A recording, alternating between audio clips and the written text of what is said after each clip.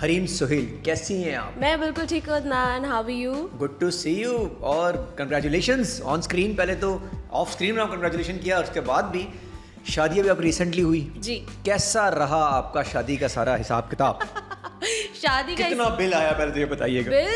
Bill के बारे में तो आप ना ही पूछें, क्योंकि यू नो शादी दीज डेज कितनी एक्सपेंसिव है। शादी तो अब स्पेशली कराची में अगर आपको एक अच्छी शादी करनी हो, और वो भी लड़कियों के लिए खास तौर पे, लड़की घर वालों भी, लड़के तो फिर ही बच जाते हैं। गोल्ड, खाने और जो रिश्तेदार आते हैं। आपने क्या किया वैसे शादी वाले दिन? कैसे हिसाब किताब किया? लोगों को कैसे सेटिस्फाई किया खानों के ऊपर? खाना तो हमारा अल्हम्दुलिल्लाह बहुत अच्छा था, लेकिन मेरी शादी में जो है आप समझ लें क्या क्या था आपके खाने में वैसे? बहुत कुछ था। मैं तो मेन्यू खुद मैंने डिसाइड किया था और उसके बाद मैं भूल ही गई कि क्या क्या था मेन्यू में। चिकन चॉप्स और बारबेक्यू आइटम्स, आइसक्रीम, बिरयानी, कढ़ाई, पुलाव, गुलाब जामुन, और उसके बाद भी कुछ लोग अंदर से कह रहे होंगे कि मुझे खाने का नहीं पूछा, मुझे खाना नहीं मिला। हरीम इतने एटीट्यूड में बैठी हुई थी, मुझसे बात तक नहीं की। बिल्कुल ऐसे तो आपको मैं एक बात बताऊँ, शादी हमारी यहाँ पे इनकम्प्लीट होती है जब तक हमारे यहाँ नाराज रिश्तेदार ना हो। ओहो, शादी कंप्लीट होती है रिश्तेदार नाराज होके, और ये होने ही है कुछ भी कर लें। होने ही है, चाहे उनके लिए आप कुछ भी कर लें। वो चाहते क्या है? वो चाहते हैं दुल्हन उतर के आगे साथ उनके बैठ के खाना खाए, उनके लिए प्लेटें रखे, उनके लिए बिरयानी में से बोटियां निकाल के। बिल्कुल उनके साथ ही बस हम लगे रहे, उन्हीं की आवभगत करते रहे, उन्हीं के आगे पीछे घूमते रहे। आप अपना इवेंट एंजॉय नहीं करें, बस उन्हीं के पीछे घूमते रहे। अपने इवेंट एक ही दिन होता है, एक ही दिन होता है, और वो आपका भी आता है, आपकी बेटी का भी आएगा। और मैं आपको बताऊं, शादी के जो इवेंट्स और शादी का जो दिन है वो इतना जल्दी गुजरता है अदनान, कि अब मुझे लग रहा है कि एक हफ्ते की मेरी शादी थी जिसमें 4 मेरे इवेंट्स थे, और वो इतनी जल्दी गुजर गए कि पता ही नहीं चला।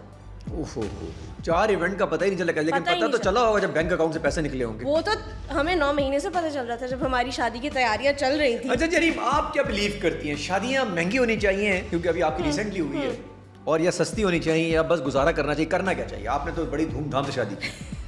अच्छा देखिए, ये तो बड़ा एक कॉम्प्लिकेटेड सवाल है, क्योंकि हमारा खुद का ये इरादा था कि शादी जो है वो सिंपल सी करें, क्योंकि इतने ज़्यादा एक्सपेंसेस खाने में, डेकोर में, ये सब यूजलेस एक्सपेंस होते हैं।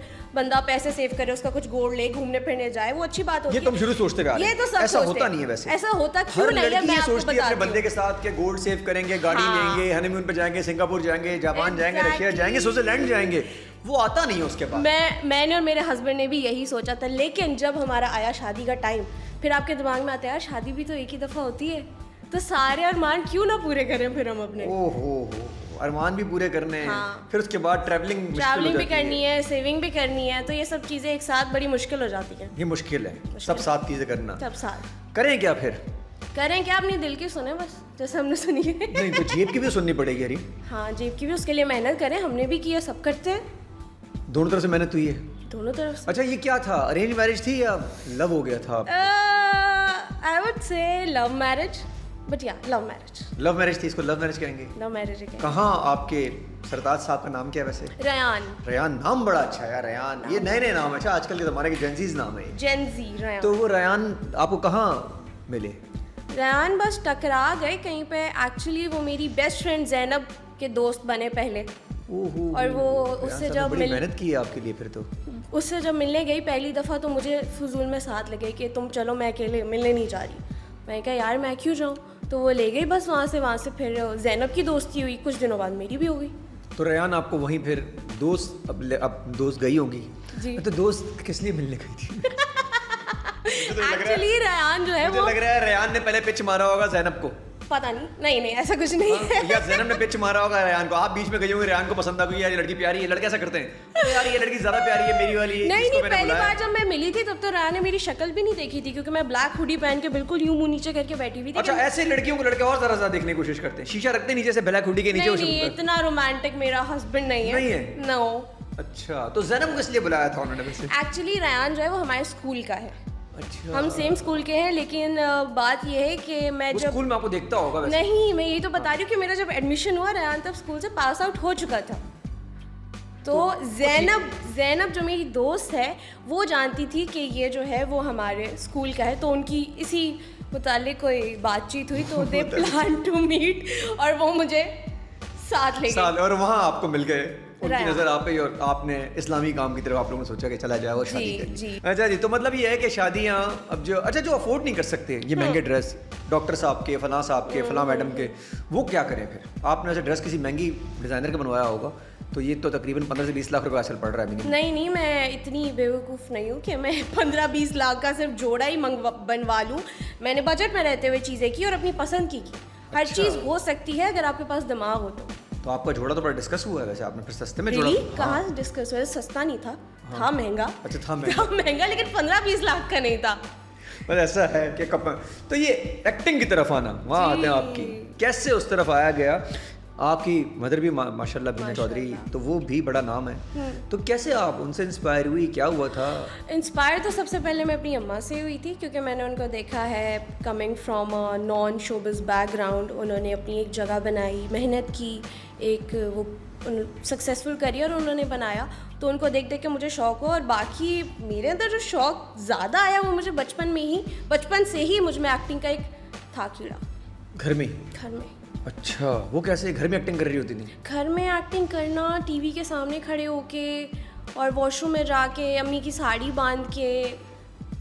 शुरू से एक था कि मैंने अच्छा, ये एक्टिंग जो है ये अंदर से बिल्टन आता है, ये बिल्टन है, ये आप नहीं सीख सकते। ये जो बहुत सारे हमारे टिकटॉकर हजरात हैं वो अच्छी टिकटॉकिंग करते हैं वैसे, लेकिन वो टिकटॉक अच्छा कर सकते हैं, शायद एक्टिंग अच्छी नहीं कर पा रहे इसलिए फंस जाते हैं वहाँ पे आके। तो ये बिल्टन होना चाहिए, ये बिल्टन होना चाहिए। And TikTok and acting both are different things, क्योंकि टिकटॉक देखें उसमें आप अपनी मर्ज़ी पे कैमरा सेट करके अपनी मर्ज़ी का मेकअप करके एक लिपसिंग कर रहे हैं, लेकिन जब एक्टिंग की बात आती है तो आपको जब कैमरे के सामने और बिहाइंड द कैमरा 50 लोगों के सामने जब आपको एक्टिंग करनी पड़ती है तो इट्स नॉट ईज़ी। वो मुश्किल होती है, बहुत मुश्किल होती है, वो आसान काम नहीं है। आसान नहीं है, उसके लिए आप में अंदर एक्टर होना चाहिए। और अगर वो एक्टर आपके पास नहीं है तो आपको एक आध मिल जाएगा प्रोजेक्ट, शायद पर्ची पे, शायद दोस्ती में। हाँ। अगेन आपको भी एक आध प्रोजेक्ट मिल जाता, उसके बाद आप नहीं चल पाती अगर आपका खुद की टैलेंट नहीं होता। खुद के अंदर एक माँ कितना कर सकती है, कितना ही कर सकती है। और हमारे काम में मेहनत भी तो बहुत है। लोगों को लगता है कि बहुत इजी है। इवन मेरे हस्बैंड मुझे शुरू में कहते तुम्हारा काम कितना आसान है, तैयार होके जाना है, 4 डायलॉग बोलने और आ जाना है। नहीं, ऐसा नहीं होता है। इन लाइट्स के सामने आना इतनी वेरी, और अगेन सबके सामने कैमरे में आना और ये एक्सपेक्टेशन रखना, ये एंजाइटी को लो करना कि क्या लोग सोचेंगे, किस तरह मैं आऊंगी, दिखने में क्या लगूंगी। और वो कैमरा जो आपके चेहरे की एक एक चीज पकड़ता है। ओहो हो, आजकल तो कैमरे में ये पता चलता है इंप्रेशन क्या आ रहे हैं आपके, एक्सप्रेशन क्या है, एचडी हो गया सब कुछ एचडी हो गया, तो आपको एक एक चीज नजर आ रही होती है। तो कभी कभी ऐसा होता है कि आप रोल जी रही होती हैं जिंदगी में। लाइक अभी मैं बताऊं, मैंने रिसेंटली एक रोल किया इब्तिदा। हाँ। थोड़ी ज़्यादा नहीं, थोड़ी सी मैं अरूज जैसी हूँ। अच्छा। जो मेरा उसमें रोल था कि थोड़ी सी विटी है, चीखती है, थोड़ा मतलब अपनी चलाती है, थोड़ी सी मैं हूँ वैसी, ज़्यादा नहीं हो ऐसे आम लाइफ थोड़ी सी। मतलब वो तो बहुत एक्सट्रीम पे पहुंच गई कि शौहर से भी बदतमीजी करिए, सास से भी बदतमीजी करिए, हर जगह वो बदतमीजी करिए। लेकिन उसका 70% आप हैं, सास और शौहर को निकाल देता हूँ। 70 भी नहीं, लाइक 30-40। लाइक उसको तैयार होने का शौक है, मुझे तैयार होने का शौक है। तो आप हर रोज तैयार रहती हैं? हाँ, सुबह उठती तैयार? आजकल तो सुबह उठते ही तैयार हो रही हूँ, नई शादी हुई है। हो हस्बैंड मौका ही नहीं देती कि आपको वो, वैसे आपको तो पहले देखा ही होगा उन्होंने। मुझे तो देखा आम जिंदगी में आपको देखा होगा, बहुत दफा देखा, बगैर तैयार होकर आपको देखा होगा, पूरा धुला हुआ मुंह, ऑयली बाल, सब देखा है उन्होंने। लेकिन ये हस्बैंड के लिए सिर्फ नहीं है, दुनिया के लिए भी है। वो तो हरीम सोहेल को देख रहे हैं ना, हस्बैंड के लिए तो आप हरीम होंगी, हमारे लिए सबके लिए आप हरीम सोहेल। तो अगेन ये बहुत जरूरी है अपने आप को, कहते हैं अगर आप अपनी केयर नहीं कर सकते तो हस्बैंड की, सास की, रिश्तेदारों की, दोस्तों की, बच्चों की कैसे केयर करेंगे? बिल्कुल, खवातीन को अपनी केयर करनी चाहिए। वैसे बहुत ज़रूरी है, खवातीन प्लीज़ अपनी केयर किया करें।